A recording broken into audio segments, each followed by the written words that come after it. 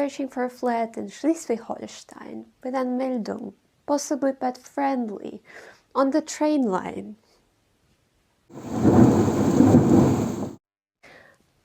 Moin, dear people. Anna of Northern Germany here. A bit frantic. I'm right now really frantic because I'm searching for a flat, because I really want to move out from my friends, and it's not that I'm pushed out, but I just really feel like I convinced myself that I really need to move out right now, and I prepared myself and I'm searching for flats, but in Germany it's difficult, but I think I will describe my journey later, not today, because I have this serious topic. I dressed up in black. This t-shirt still has paint from my volunteering year in 2021-2022.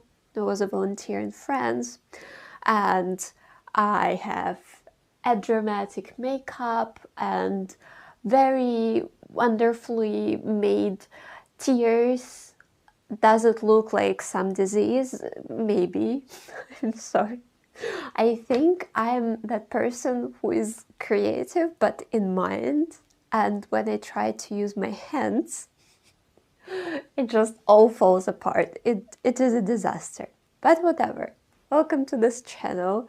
I'm Anna, a survivor, a fighter, a writer, and today I brought a very dramatic topic, as if I didn't have enough drama in my life, but I just decided that it is time to present that, because yeah, I often say that I'm a survivor, I often mention my depression, but I think I didn't tell you the whole story, and I think it's time to do that, and I really hope that this video will help someone who is probably in a bad place or in a good place but depressed. And yeah, this is very serious. I want you to take care of yourself, and yeah, I'm here with you, with my love, and peace. You are not alone with this problem.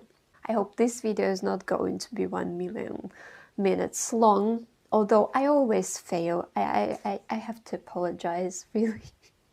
You don't have to watch everything. I just put some time codes if something is entertaining for you or if something useful for you in my videos, because yeah, I like blah blah, and if I don't stop myself, I can talk till the second Christ arrival. Yeah, it's just a Russian expression. Don't pay attention, but whatever. So yeah, I am going to be jokey, funny, maybe not funny, I don't know. And I will tell you my story from the beginning till the current moment. I will try not to speak too much because I want it to be an informative video. But let's start with the scene 1. A scared child. I will say something, and it's not something that I can prove, but I believe that we are born with certain mental health capacities, and some people are easier to be broken. I don't know, it's not a good thing, it's not a bad thing, and it's just a fact. And some people are just a bit more, well, they cry more, they are upset more easily, and I think I was that child, and I think everything could traumatize me. So yeah, it's not only like my surroundings' fault or my family's fault, it's just, it is what it is, that I gained depression or some roots of depression very early in my life. I think mostly depression is also connected with fears, and the basic fear of every human is the fear of death, right? Because everything, we're afraid of everything, like heights or, I don't know, snakes. I'm afraid of snakes. You won't see me in Australia or in Florida. And yeah, basically these fears because of this major fear of death. I think I encountered this fear when I was very little. There was one episode, I don't remember that, but this is what my aunt told.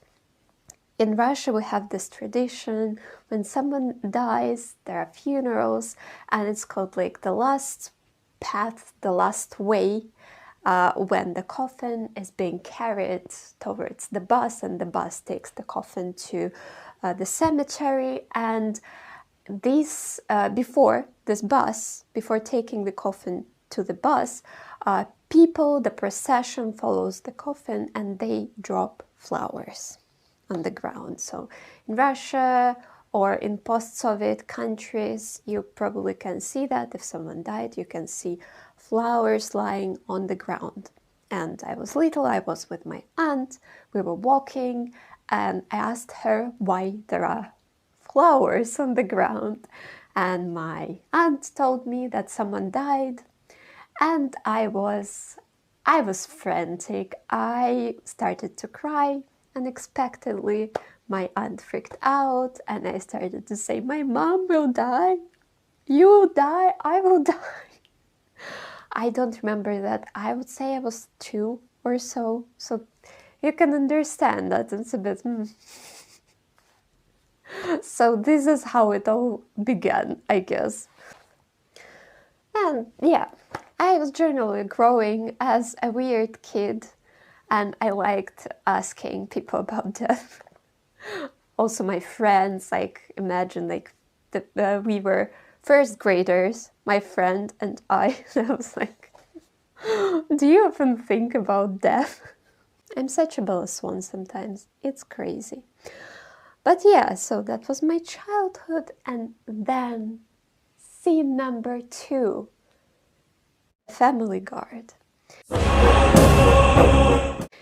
And this scene, this episode of my life is connected with my family. And my family is not 100% healthy.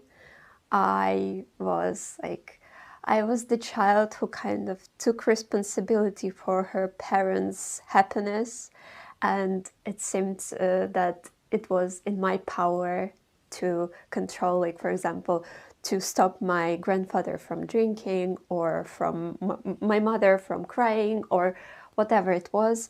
And I took it all on myself, and I was also aware of death, right? So sometimes I spent nights like listening to my grandfather. Like, if he snored, I was fine. I thought, okay, if he was snoring, that means that he's alive, right? And I remember I had this necklace, and I swung this necklace, and if it falls like with the front to me, nobody will die. If it falls with the back to me, someone will die. Oh yeah, well. But yeah, I was just fighter from the very beginning. I remember I pushed my grandfather's friends who brought some alcohol for him. Like, I argued with my father who drank with him. I was just like this. If someone argued with my mother, it was just like this, protecting my mother. And yeah, I think it had quite an impact on my mental health. And what happens to kids like this? Well, again, like, this is my theory. If there is an expert who sees that and who can prove, or I don't know, to prove it wrong about my theory about like the basic nervous system, I would be happy to hear, because it's just my theory, I'm not a specialist.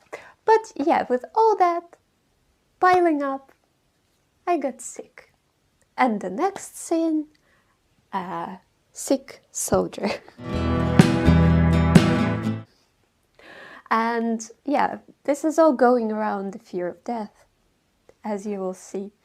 And then I got sick. I think it was in summer. I finished the 2nd grade. It's quite little, maybe 9 month-ish. And I went to my cousin. My cousin is called Lena. She is of the same age like me. She's like 6 months older, and I adored spending time with her in the village. And I passed off. I just passed off. I was getting worse and worse and worse, and at some point I couldn't say a word, and I couldn't pronounce a word, and I just felt horrible. Like, I felt as if I am like losing my consciousness, but yeah, that was what happened. And when I woke up, basically I was already in the hospital. My mom was crying. My aunt came because she was a doctor and nobody wanted to take care of me because it's a Russian hospital. It is a Russian hospital. The story resulted that the doctor told my mom that, well, her tests are fine. We don't know what happened to her. It's just a scary world. Thank you. Now I know that basically it was incompetence, laziness of doctors, and the lack of technologies possibly to find out what happened to me when I was in the 6th grade. We realized that it was the problem with my neck, because something disconnected. Yeah, I don't know medical terms. I'm very, very far from medicine. But yeah, I freaked out. Like, something happened to you. You passed off, but you have no idea what it is. And you're basically sitting alone, and you start feeling weird. You don't know how to describe that. Your family is like, nah, entertain yourself somehow. Dread. I felt dread for the first time in my life, like the real dread experience. It led to my first experience of dissociation. And I have to point out that dissociation is not daydreaming. It's not when you're just like this and you're just like out of the situation, you're zoning out, and then you're just like, oh, what have you been saying? No. Dissociation is terrifying. It's horrible. It's as if you're out of your body. It's such a bizarre feeling, and you cannot describe what it is happening to you. And you think you're going crazy or something is wrong with your brain. Well, technically it is. And when you try to explain, nobody really believes you or nobody can understand you. And I suffered from that for quite a while, till I finished school. And yeah, I think also like the situation, like the country and all this stuff. And also when I got older, yeah, it was just like a lot of pressure. And as far as I know, dissociation is triggered by anxiety. And yeah, so it resulted in me, I think, last case, but quite a severe case I had in the 11th grade. It was basically the last year of my school, and up until the last days, like, it just went away at some point. But I remember at least like from 3 to 4 months I experienced dissociation. I was just like, I was afraid of walking home from school because I just felt unreal. It's not something that I wish nobody to experience that. And then school is over, and scene number 4, adult Anna. Yeah, so eventually I grew up. But I had pretty solid background for some kind of nervous breakdown or whatever, or depression. I entered university, and university was much healthier, of course, because I had wonderful friends. They still in contact with some of my friends. We did lots of things together. We filmed movies, we did some photo shoots, we were like pro-LGBTQ, like we're modern, and it was very cool, and I was learning with them like every day. And also, but yeah, I had quite a toxic background, and at the same time, the country started to slowly fall apart, and it hadn't been super positive before. But yeah, in 2015, one famous opposition leader, Boris Nemtsov, was shot. Like, was shot in the center of Moscow. That hit. That's cannot even explain, describe how it felt. Like, it felt like everything is shattering, like all your beliefs, because you also grow up and you see more vividly what is going on around you. And you also start understanding that your background, your family is not rich. And if you are not rich, if you are not from a prosperous household, it's very hard to develop. It's very hard to find a proper job. It's very hard to travel. It's very hard to get a visa, to get some experiences, because for rich kids, it was all available 24/7. And for you, it was just like, okay, this is your local university, and your career, your possible career is an English teacher. If you're hardworking, you will be an online teacher, and you will earn decent money, plus or minus. And if you're shy, you will end up at school, and school will break you. It's still like this. Unfortunately, now it's getting worse. And with this, with a lot of pressure, and with it becoming gradually worse, I realized that, yeah, how would I be able to live in this country? And I realized that I needed to take myself out somehow, but I had no idea, because, yeah, the only idea that I had to work really, really hard. I worked like 7.5 hours a day. For a teacher, it's a lot. You can read my latest article about lazy Zoomers and proper jobs. It was a bit emotional. So I don't know, I don't recommend, but if you're interested, you're welcome to read it. It's on Medium for free, as always. And yeah, so I thought I would save some money and I would be able to flee. But also COVID came, and together with COVID, like, Alexei Navalny was poisoned, then he was arrested, then Navalny's Anti-Corruption Foundation was called extremist, and I'm a big Navalny supporter. And it's just, yeah, it's just...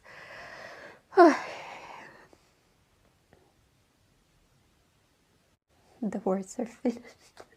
Yeah, basically, to describe that period of my life, it was hopeless. I had this medicine that Russian old people take for their heart. Basically, they are in drops. You put some, and they have this smell, like a very acute smell. I think people from the post-Soviet Union, if they find this video, think they would understand what I mean. I maybe show you the picture and the name of this kind of medicine, but yeah, the smell, and I was smelling like this medicine, and also like tablets.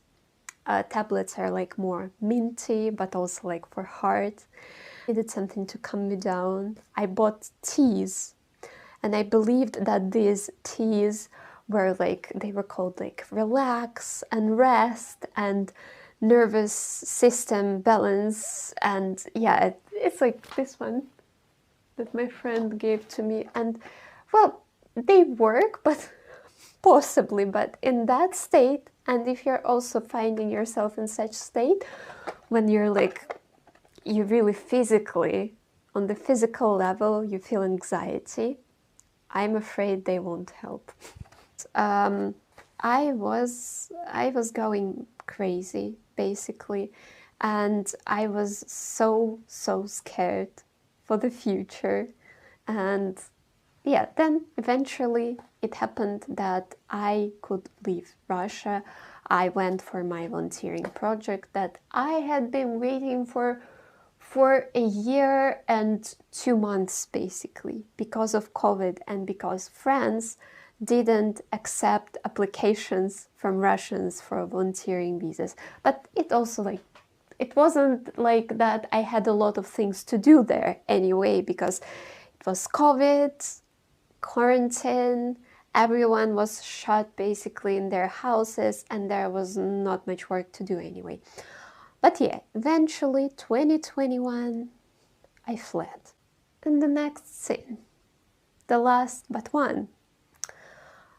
And this scene is called France and Revelation.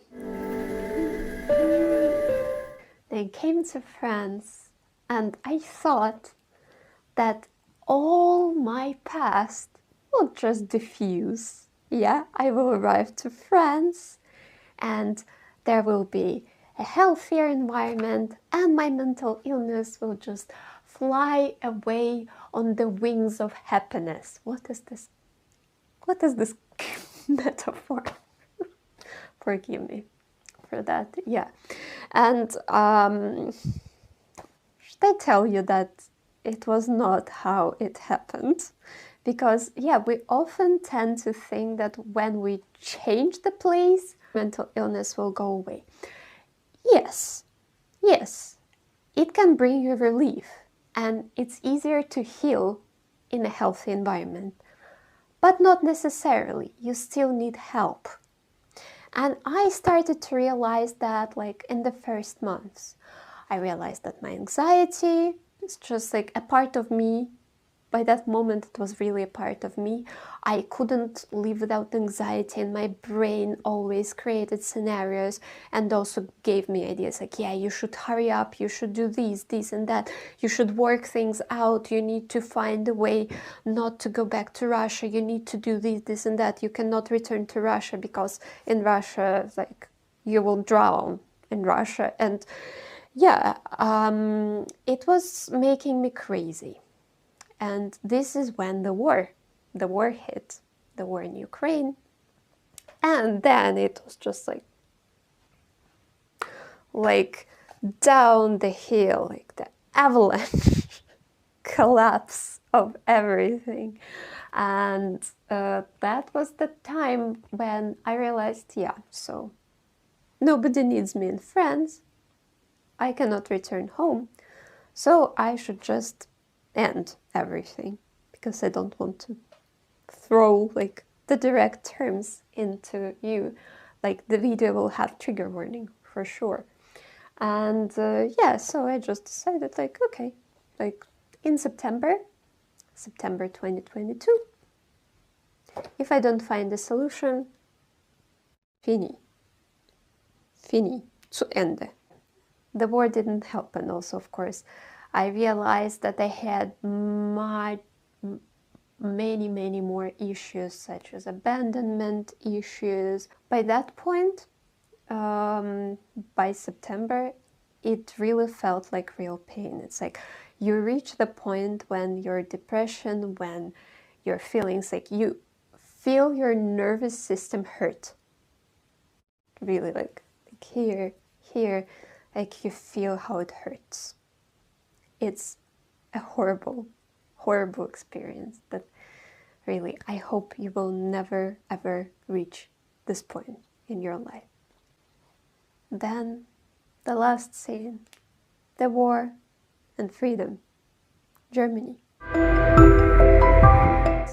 Yeah, I came to this decision that I didn't want to suffer anymore, and I hurt from top to bottom, and I really saw no solution.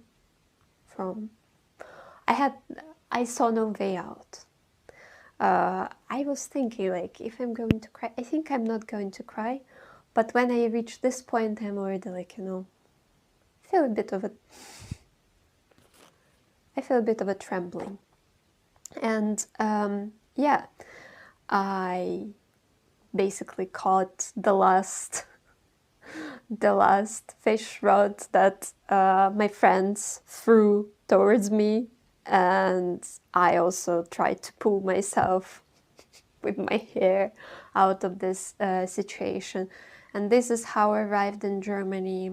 And yeah, the situation was very difficult because nobody could actually help me and nobody knew what to do to me, but everybody wanted to help me.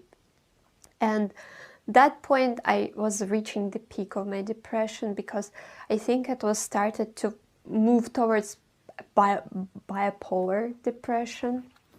If I understand what it is correctly, you can correct me, because I had such jumps of my mood, such fluctuations, that I could lie and be like almost dying, then I jumped up and I started to perform like I need to leave, I need to fight, then I lay again and I was just like flat again, my battery flat, my energy flat. And yeah, and it was escalating. The worst point was somewhere in April 2023. Now it's 2024. 2023, when I really had like quite serious images, quite vivid images, what I would want to do to myself, in the bad sense of that word. And yeah, that was when I confessed to my friends that I was not well, and they helped me to find a doctor. And the doctor was very kind to me. He didn't take money, and I think it is what it should be. Like, if you're in a bad situation, you need to get help, and they must not take money from you, because especially when you're at the edge, because you really need help now, here. And yeah, I got help. I'm very thankful. I was prescribed pills, but also in September, in the end of September, after my asylum claim, I got a psychologist for myself, got a psychologist on one of Russian websites, a psychologist online. I know people don't like these websites, but my psychologist is amazing. I do believe that you need to try it out, you need to find your own way, because you need help and you need to search for help actively. And yeah, because you can find an incompetent professional everywhere. I think I also mentioned it in my video about Holyborn, Am I Normal Yet? The book, like my serious mental illness awareness through literature. And yeah, what it is now. Now I'm sitting here, I'm alive. I got asylum in the end of May. You can also watch this video. Sorry for the sound. Like, yeah, I'm not a rich girl. You're working. I'm not a rich girl, and yeah, but it's fine. Like, slowly I get some affordable tools for me to make videos, because I do enjoy that. I apparently enjoy talking, even to myself. If nobody watched that, I would still talk to myself. Yeah, I'm on antidepressants for more than a year already, and a bit less than a year in therapy.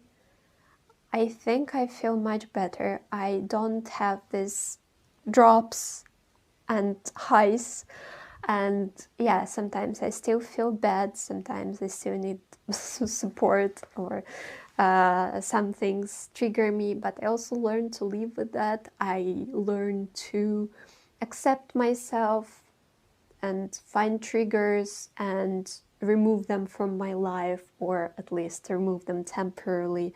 And I also a bit vigilant for whom I'm talking to, whom I'm letting in my life, because yeah, I'm a bit suspicious after everything that I went through. But yeah, I have to reiterate that I had already mentioned in my video about I'm a refugee now what? Yeah, it gets better. So if you don't remember, I'm telling you, it will.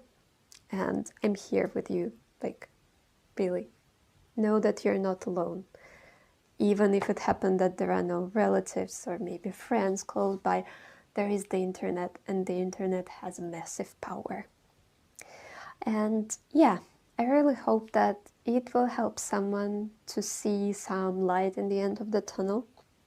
I think I enjoyed making this video because I think it's something that I really wanted to share, but I didn't have strength, like energy. And also why I decided to film this video now, because like it's a bit of the period is being over right now. I'm going on vacation the next week, the first vacation in my life since 2019 possibly, like proper vacation.